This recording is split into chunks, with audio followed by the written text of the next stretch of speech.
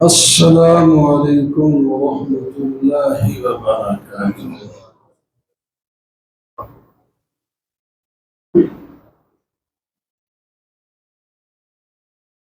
الحمد للہ الحمد للہ وکفى والصلاة والسلام على سيد الرسل وخاتم الأنبياء، أما بعد، فأعوذ بالله من الشيطان الرجيم، بسم الله الرحمن الرحيم،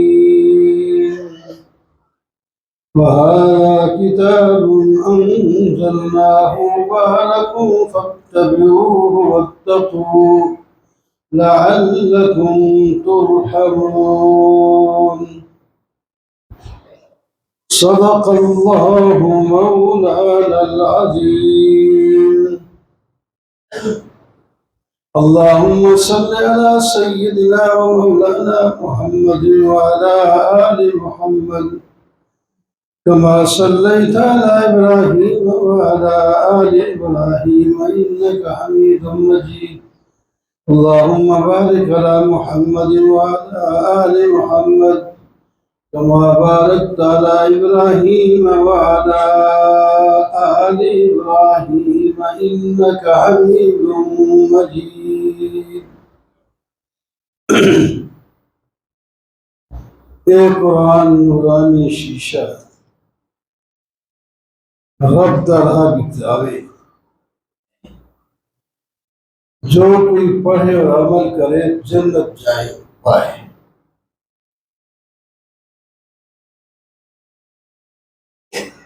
رمضان کے مبارک مہینے کے بارے میں سالہ مہینہ آپ سنتے رہے، آج بھی سن رہے تھے۔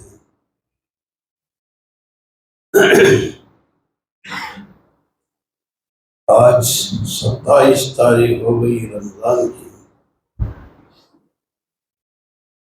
وہ آخری الوداعی۔ اس طرح مہمان ایک دن پہلے دوست احباب رشتے داروں سے الوداع کرتا ہے، رمضان مبارک اور سب سے ایک دفعہ الوداع کرے۔ جس دن جائے گا اس سب سے طرح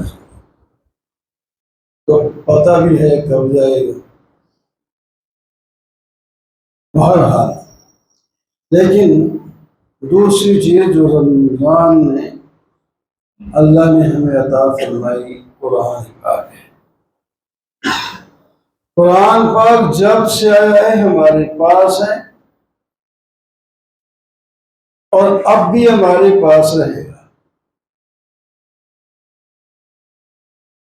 اور جو اس کے ساتھ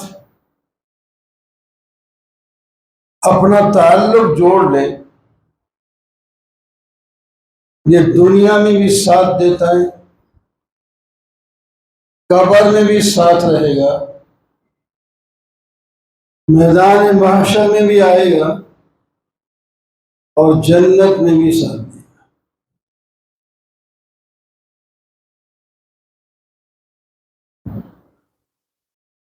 اللہ نے انگنت نعمتیں کی ہیں۔ وَإِن تَعُدُّوا نِعْمَتَ اللَّهِ لَا تُحْصُوهَا۔ تم صرف نعمتوں کو گننے لگے تو گن نہ سکو۔ شکر تو دوسرے نمبر کی بات، ان تمام نعمتوں سے جو بڑھ کر نعمت ہے یہ قرآن پاک۔ قرآن پاک قرآن پاک اور باقی نعمتوں میں یہ بھی فرق ہے،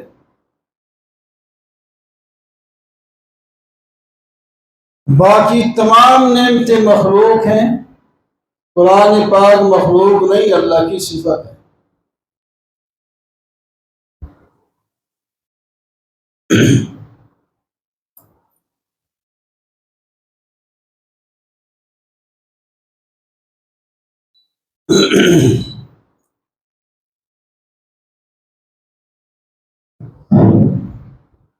ہم اس سے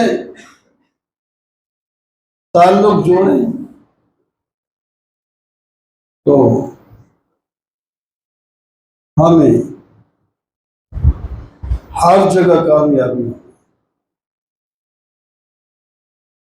ہم سب عورت مرد یہ چاہتے ہیں کہ ہمیں حیات طیبہ ملے، سکون والی زندگی، عمدہ زندگی ملے۔ ہر آدمی یہ چاہتا ہے۔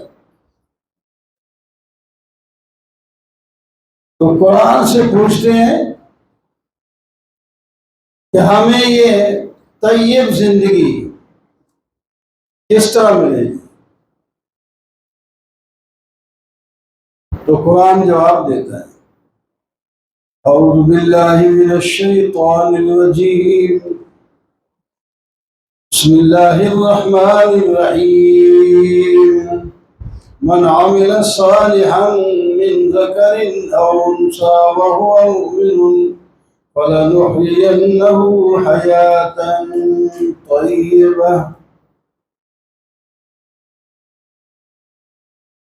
جو مرد اور جو عورت دو کام کر لیں، ایمان لائے، عقیدہ اس کا صحیح ہو، اور نیک اعمال کریں سنت کے مطابق اخلاص کے ساتھ، اس آدمی کو حیات طیبہ ملے گی، عمدہ زندگی ملے گی، چین والی زندگی ملے گی۔ یہ قرآن نے ہمیں نسخہ دیا۔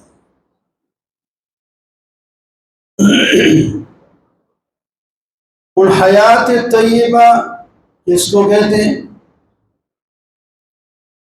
اس کو نہیں کہتے تھے کہ اس کے پاس مال کی بہتات ہو جائے گی یا کوئی بڑا عہدہ اس کو مل جائے گا۔ یہ حیات طیبہ نہیں۔ آپ بڑے عہدے والوں سے پوچھو، ان کو تو رات کو نیند ہی نہیں آتی، وہ پریشان ہیں، اور آپ سوتے ہیں تو آپ کو جاگ ہی نہیں آتی۔ یہ ہے حیات آرام، آرام کی زندگی۔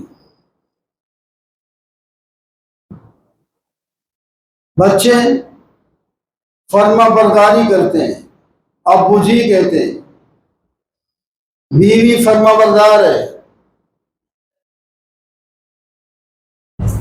خدام نوکر چاکر اگر ہیں تو وہ بھی فرما بردار ہیں۔ اللہ میاں راضی ہے، اور اس کو مال کے کم ہونے کی کوئی پریشانی نہیں۔ جتنا مال کم ہوگا اتنا حساب بھی تو کم ہوگا، جتنا مال زیادہ ہوگا اس کا حساب بھی ہوگا زیادہ ہوگا۔ آپ دیکھتے نہیں، جب آپ جہاز سے اترتے ہیں، جس کے پاس کوئی خاص مال نہیں اس کو پوچھتا ہی کوئی نہیں، وہ وہاں سے سیدھا جاتا ہے، رشتہ دار لے کے گھر جاتے ہیں، اور جس کے پاس بڑے بڑے بکس ہیں وہ وہ ادھر رکھو، اس کی چھان بین ہوگی، ٹیکس ہیں تو وہ لگیں گے، پتہ نہیں کتنی دیر وہ پوچھ گوچھ کا سامنا کرے گا. تو زیادہ مال ہے اس واسطے، تھوڑا مال ہے کوئی نہیں پوچھے. اس واسطے دو چیزیں اس قرآن نے ہمیں بتائی ہیں. ایمان صحیح کر لو، سیکھو بھی. ایسے ہی مسلمان کے گھر میں پیدا ہو جانے سے آدمی صحیح مومن نہیں بن جاتا جب تک ایمان سیکھے گا نہیں. پہلے تو والدین کی ذمہ داری ہے دین اس کو سکھائیں. اگر انہیں نہیں بھی سکھایا اس کی اپنی ذمہ داری ہے کہ وہ قرآن سیکھے، ایمان سیکھے. یہ کوئی عذر پیش نہیں ہو سکے گا کہ ہمیں تو پتہ ہی نہیں تھا.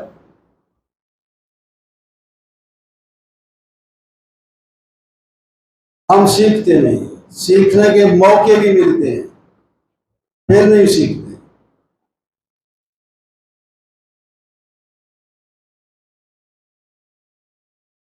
اور بات کو ایک کان سے سن کر دوسرے سے نکال دیتے، عمل نہیں کرتے. ابھی آخری جمعہ آئے اور ابھی تھوڑی دیر کے بعد جمعہ کی جماعت بھی کھڑی ہو جائے گی، لیکن دیکھو ابھی تک اندر کا حال بھی نہیں بھرا. ہمارے ایمان کی تو یہ گرمی ہے، ہم ایسا شوق رکھتے ہیں. صحابہ کے نام تو صبح سویرے ہی مسجد میں بیٹھے، ان کو ایسے کامیابی تھوڑی ہوگی. انہوں نے سب کچھ قربان کیا تو عزت ملی. وہ ہمارے اور رشتے میں کچھ نہیں لگتے. آج کوئی یہیں اٹھ کر کسی صحابی کا نام لے کر بکواس کرے تو اس کی خیر نہیں ہوگی انشاءاللہ، وہ بچ کے نہیں جائے گا. کیوں؟ انہوں نے ایمان پر عمل کیا. وہ جہاد میں جاتے 24 گھنٹے کے لیے ایک کھجور ملتی. شروع زمانے میں، بعد میں تو فتوحات ہوگی، بس اسی پہ گزارا کر رہے. اور دشمن کے ساتھ، بڑے دشمن کے ساتھ، مسلح فوج کے ساتھ مقابلہ کرتے اور فتح حاصل کر کے واپس. حیات طیبہ ایمان کے ساتھ اور نیک اعمال کے ساتھ ملے. ومن اعرض عن ذکری فإن له معیشة ضنکا ونحشره یوم القیامة اعمی. اگر ایمان والی زندگی نہیں اپناتا تو اس کی دنیا کی زندگی تنگ ہو جائے گی. دنیا کی زندگی بھی تنگ ہو جائے گی. یہ نہیں کہ مال نہیں ہوگا، مال بے شک کو بیماریاں گھیر لی، اس کے بچے نافرمان ہو جائیں، اس کی بیوی کہنا نہیں مانے، اس کے حشم قدم جو ہیں وہ نہیں امانت دار ہو گئے. وہ تو ہر وقت تنگ زندگی گزار رہا ہوگا، پریشان ہوگا، پریشان ہو، کسی پر اعتماد بھی نہیں ہوگا. تو تنگ زندگی دنیا کی گزرے گی جو دین سے دور رہے گا. بے شک مالو لوگ کہیں بہت آرام سے ہے، یا نجی طور پر الگ بیٹھ کے اس کو ذرا اس کا حال پوچھے، صاحب جی کیسی گزر رہی ہے، پھر وہ آپ کو حال بتائے گا. پھر پتہ چلے گا کہ اس کی زندگی کتنی تنگ ہے. بعد میں پتہ چلے اس طرح نظر آئے گا. نئے کپڑے بھی اس نے پہنے ہوں گے، خوشبو بھی لگائی ہوگی، اچھا نظر آ رہا ہوگا، لیکن اس کے اندر کے حال پوچھیں تو پھر وہ بتائے گا کہ میں کتنا تنگ، کتنا تنگ. یہ قرآن بتا رہا ہے من اعرض، جس نے میرے ذکر سے منہ پھیرا، اس کی زندگی تنگ ہوگی، یہ تو زندگی تنگ، پھر قیامت کے دن ہم جب اس کو اٹھائیں گے تو اندھا ہو کے اٹھیں گے۔ قال رب لم حشرتنی اعمی، کہے گا یا اللہ میں تو نابینا نہیں تھا، بینا تھا، اب آپ مجھے اٹھایا ہے تو اب مجھے نابینا کر دیا۔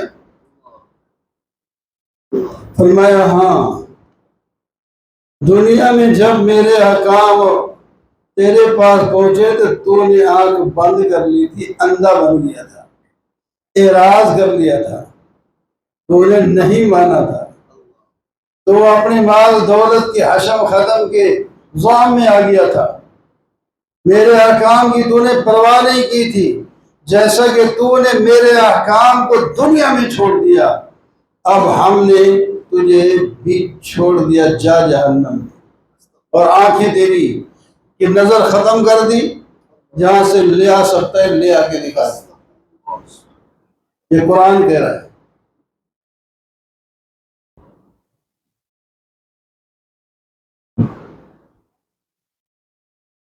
یا اللہ اطمینان کی زندگی چاہیے، قرآن سے پوچھیں کیسے اطمینان سکون کی زندگی ہوگی؟ الذین آمنوا وتطمئن قلوبهم بذکر اللہ، الا بذکر اللہ تطمئن القلوب۔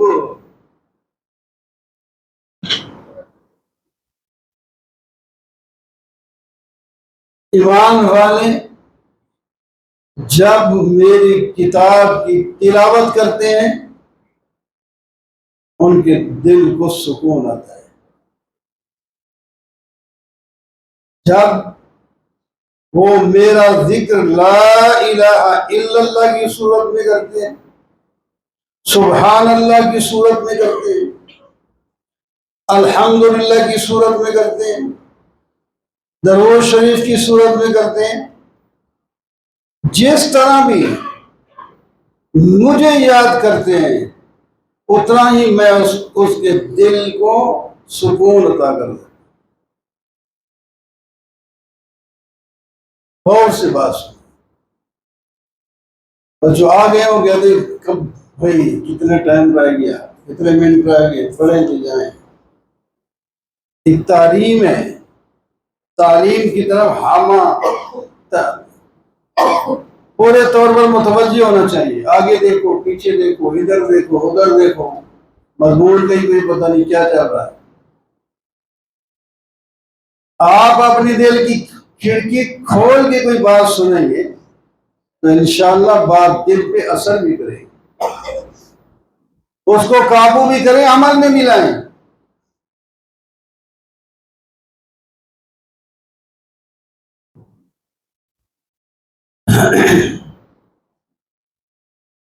جڑ جائیں قرآن پاک سے، جڑ جائیں، ہم سب جڑ جائیں، جتنے جڑے ہوئے ہیں اس سے زیادہ جڑ جائیں، جو بالکل دور ہیں وہ قریب آئیں، جو پہلے قریب ہیں ان کو اور قرب حاصل کرنا چاہیے۔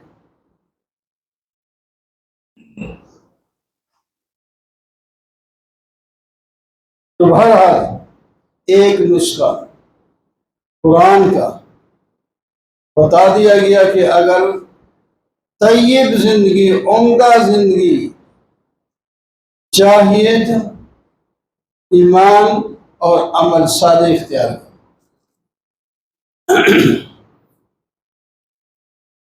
وسعت رزق چاہیے، قرآن سے پوچھیں، ہم چاہتے ہیں ہمیں رزق زیادہ ملے، مال زیادہ ہو، اس کے لیے کیا کریں؟ جن کو زیادہ ملے گا، ویسے کوئی رزق کے زیادہ ہونے میں کوئی حیات طیبہ نہیں حاصل ہو سکتی، ہوتے چین کی زندگی اللہ کے ذکر کے ساتھ ہوتی ہے، لیکن برکتیں چاہیے تو فرمایا وَلَوْ أَنَّهُمْ أَقَامُوا التَّوْرَاةَ وَالْإِنْجِيلَ وما انزل الیہم من ربہم لأکلوا من فوقہم ومن تحت ارجلہم، جو لوگ اللہ کی بھیجی ہوئی کتاب پر عمل کریں، تورات پہلے گزری، انجیل پہلے گزری جو اس وقت منسوخ ہے، اب بھی ہیں لیکن کتابیں تو ہیں نام کی، لوگوں نے انہوں نے خود ہی انہوں نے اتنی تعریف کر دی جو ماننے والے ہیں، وہ اگر وہ صحیح بھی ہوتی، اس میں تعریف بھی نہیں ہوتی، کمی و بیشی نہیں ہوتی، تب بھی وہ منسوخ ہے۔ اب جب قرآن آ گیا اس پر صرف عمل کریں، تورات والے بھی، انجیل والے بھی، زبور والے بھی،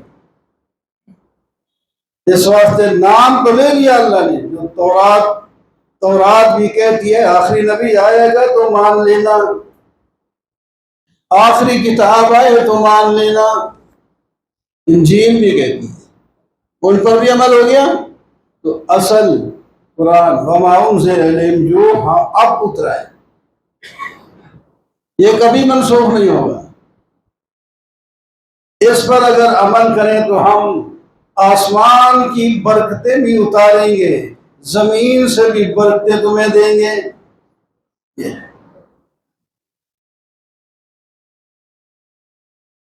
یہ برکتیں۔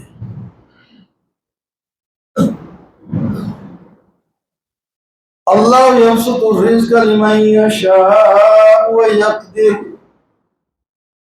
اللہ ہی رزق میں وسعت کرتا ہے، اللہ ہی رزق میں تنگی کرتا ہے، رازق اللہ ہے، رب العالمین صرف اللہ ہے۔ یہ وسعت رزق کا نسخہ بھی قرآن نے بتا دیا۔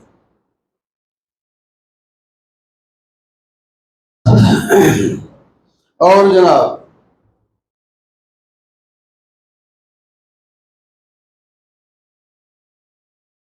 برکت حاصل کیسے ہوگی؟ وَلَوْ أَنَّ الْقُرَىٰ آمَنُوا وَاتَّقَوْا لَفَتَحْنَا عَلَيْهِمْ بَرَكَاتٍ مِّنَ السَّمَاءِ وَالْأَرْضِ، اگر لوگ ایمان لا کر اللہ کی کتاب اور اللہ کے نبی کی سنت کے مطابق زندگی گزاریں گے تو ہم برکتیں عطا کریں، برکتیں عطا کریں۔ یہ سچی باتیں ہیں، قرآن کی باتیں ہیں، میری بات نہیں، آپ کی بات نہیں، کسی دانشمند کی بات نہیں، کسی نبی کی بات نہیں، کسی فرشتے کی بات نہیں، یہ خود اللہ کی بات ہے۔ یقین کریں ہم۔ اور جناب سہولت والی زندگی چاہتے ہیں، قرآن سے پوچھتے ہیں ہم، ہمیں سہولت والی زندگی ہو، آرام والی زندگی ہو، چین والی زندگی ہو تو کیا کریں؟ تو قرآن کہتا ہے تقوی اختیار کریں۔ اعوذ باللہ من الشیطان الرجیم، بسم اللہ الرحمن الرحیم، ومن يتق الله يجعل له مخرجا ويرزقه من حيث لا يحتسب، تقوی اختیار کرو، مشکل میں بھی اگر پڑے ہو تو مشکل بھی تمہاری حل ہو جائے گی تقوی سے، اور رزق اللہ تعالیٰ ایسی جگہ سے دیں گے جو تمہارے وہم و خیال میں بھی نہیں ہو۔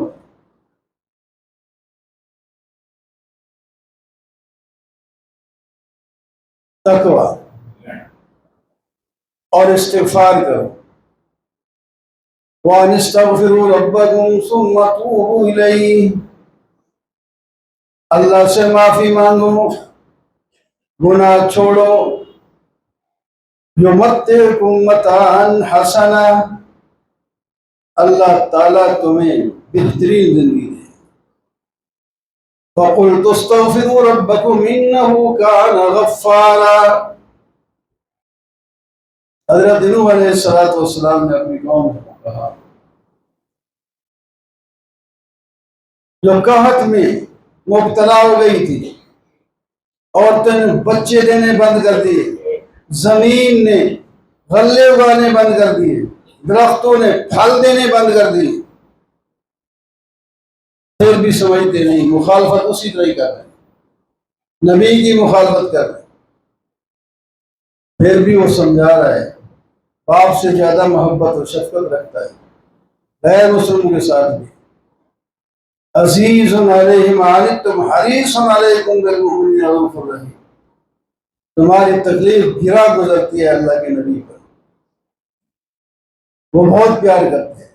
النبی اولا بالمؤمنین من انفسہم، نبی علیہ السلام مومنوں کے ساتھ ان کی جان سے بھی زیادہ شفقت کرتے ہیں۔ اس نبی کی سنت کو ہم چھوڑے ہوئے ہیں۔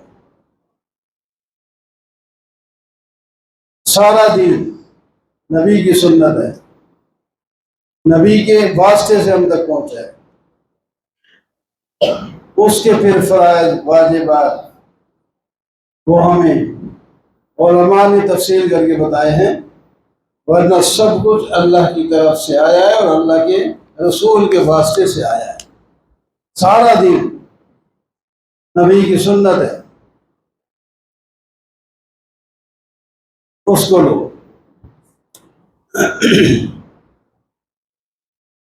تو وہ حضرت نوح علیہ السلام فرما رہے ہیں، ایک آیا قرآن میں ہمیں بھی یہی بتایا جا رہا ہے،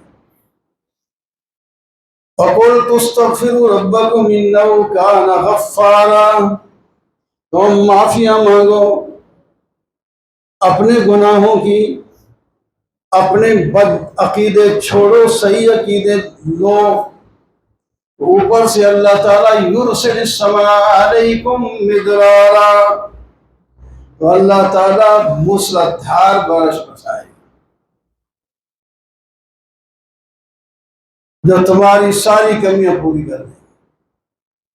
نبی کریم صلی اللہ علیہ وسلم جمعہ کا خطبہ دے رہے ہیں، ایک صحابی آیا، یا رسول اللہ مر گئے، قحط پڑ گیا، ہم بھی مرتے ہیں، جانور بھی مرتے ہیں، خوراک پوری نہیں ہوتی، آپ بارش کی دعا کریں۔ اسی جگہ آپ صلی اللہ علیہ وسلم نے منبر پر ہی دعا کر دی، یا اللہ بارش بھیج دے۔ جمعہ کا خطبہ دے رہے تھے، تو اسی وقت بادل بنا اور موسلادھار بارش برسی۔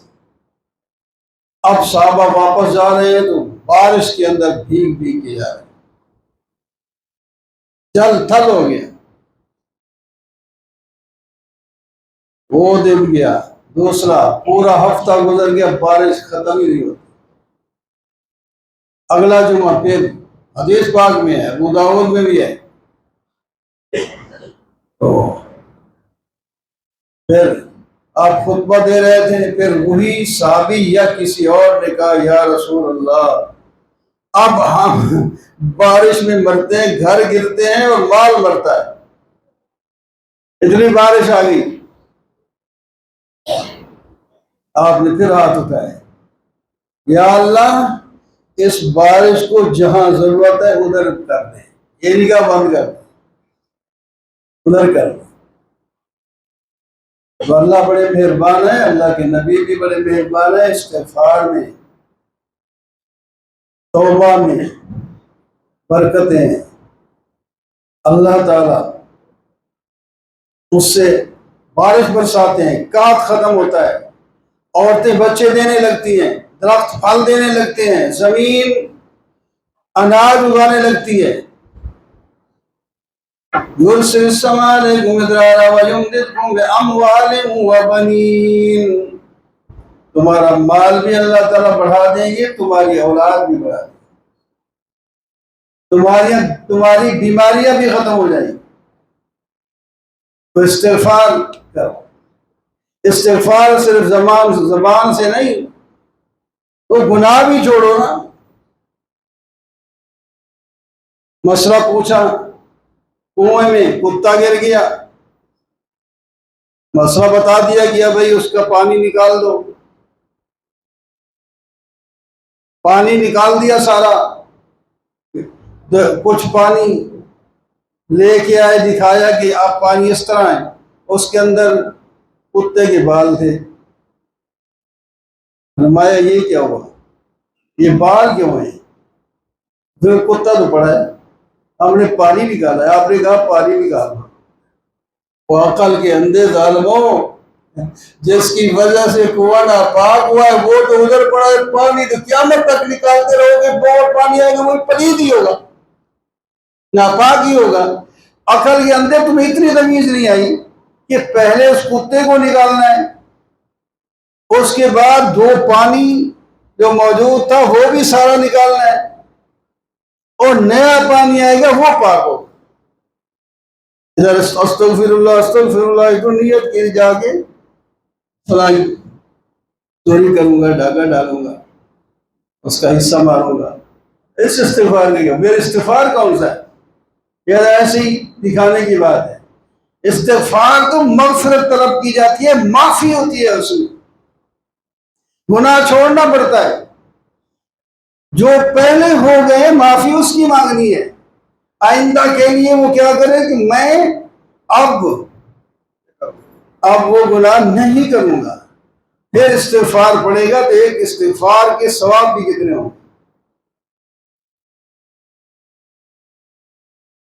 تو بہرحال قرآن کے میں نے کچھ جو ہم آپ کی اور میری اور سب کی حیات طیبہ سب چاہتے ہیں کہ نہیں، برکت سب چاہتے ہیں کہ نہیں، اور بولو تو صحیح یار، تم کوئی آدھے کوئی پولیس کر کے بیٹھے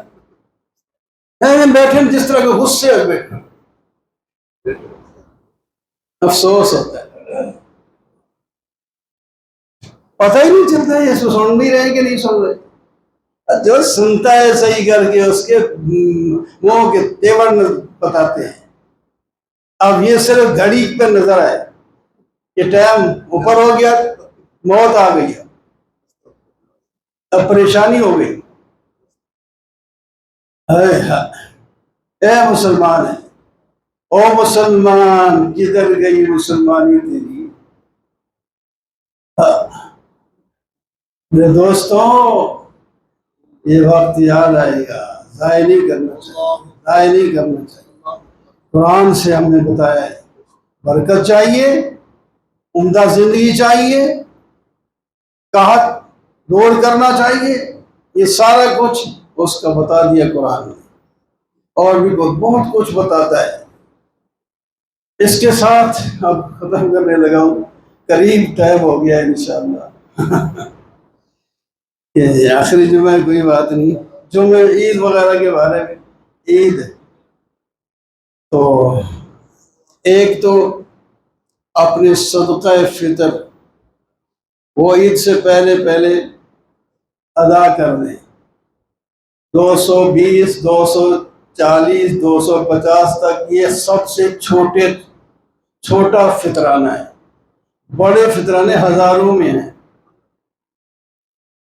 تو 250 ایک آدمی کا اگر فطرانہ دے دیا جائے، اور مال کی زکوٰۃ صرف رسمی طور پر چند ہزار نہیں نکالنی، کروڑوں کی مالک، کروڑوں میں 1 کروڑ کا کوئی مالک ہو تو 2.5 لاکھ اس کی زکوٰۃ ہوتی ہے۔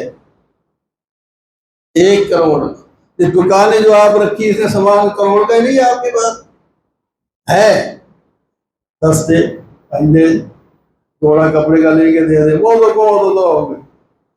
اللہ کے بندے پوری زکوٰۃ ادا کر، زکوٰۃ دینے سے وہ کروڑوں میں بدل جائے گا، نہیں تو پھر کہیں گے مہنگائی ہو گئی، اس میں نقصان ہو گیا۔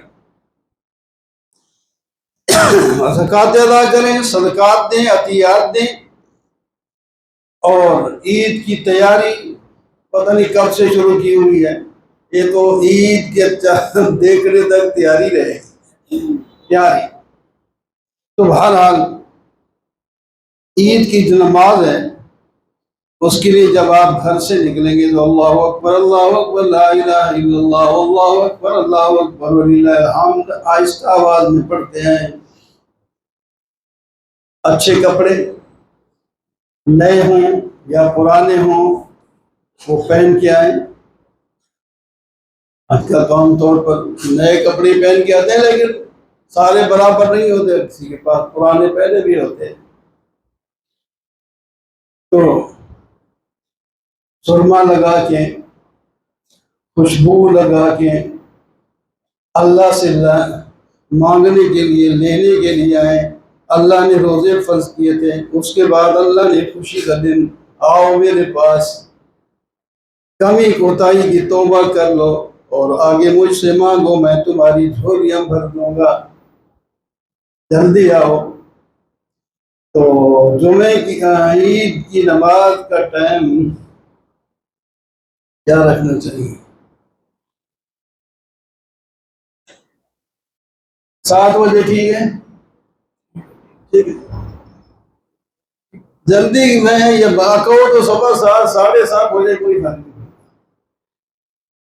کیونکہ عادت بنی ہوئی ہے جہاں جلدی جلدی پھر سونا ہوتا ہے۔ آپ لوگ رمضان کی عادت ہے، اس واسطے جلدی فارغ ہو جائیں۔ تو ابھی نہ پڑھ لیں، میرا خیال ہے آج پڑھ کے جاؤ۔ ہاں وہی نا،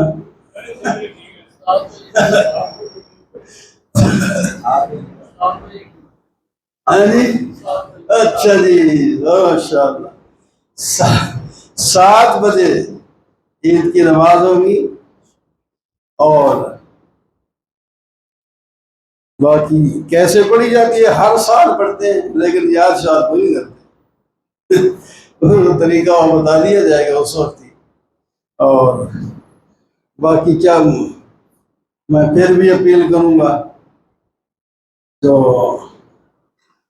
ابھی زکوٰۃ رہتی ہے، عطیات رہتے ہیں، رہتا ہے، مدرسے کے لیے جمع کرا دیں، یا مدرسہ ہے مسجد کے زیر اہتمام، سارا سال پھر ان کا یہ خرچہ کرتا ہے یہاں، اس میں طلباء کا خرچہ، کھانے پینے اور بیماری کا، رہائش کا، کتابوں کا، اساتذہ کی تنخواہ، باورچی، کتنے سارے یعنی خرچ ہیں۔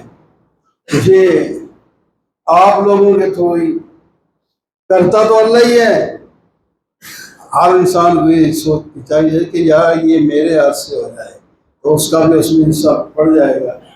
تو ابھی یا نماز کے بعد جس وقت میں ممکن ہو حاجی صاحب کو جمع کرا دیں، میرے کو جمع کرا دیں، اور صرف اپنا ہی نہیں، اپنے کسی دوست کو بھی ترغیب دے سکتے ہیں، بھائی اس مدرسہ فلاں مسجد میں آپ اس میں اپنا حصہ ڈالیں، تو آپ کو جتنا ثواب اس کو ملے گا آپ کو بھی ساتھ مل جائے گا، سفیر بن جائیں گے اور دلالت کرنے والے بن جائیں گے۔ تو بہرحال انتظار کی گھڑیاں ختم ہوئی، سنت پڑھی نماز پڑھتے ہیں۔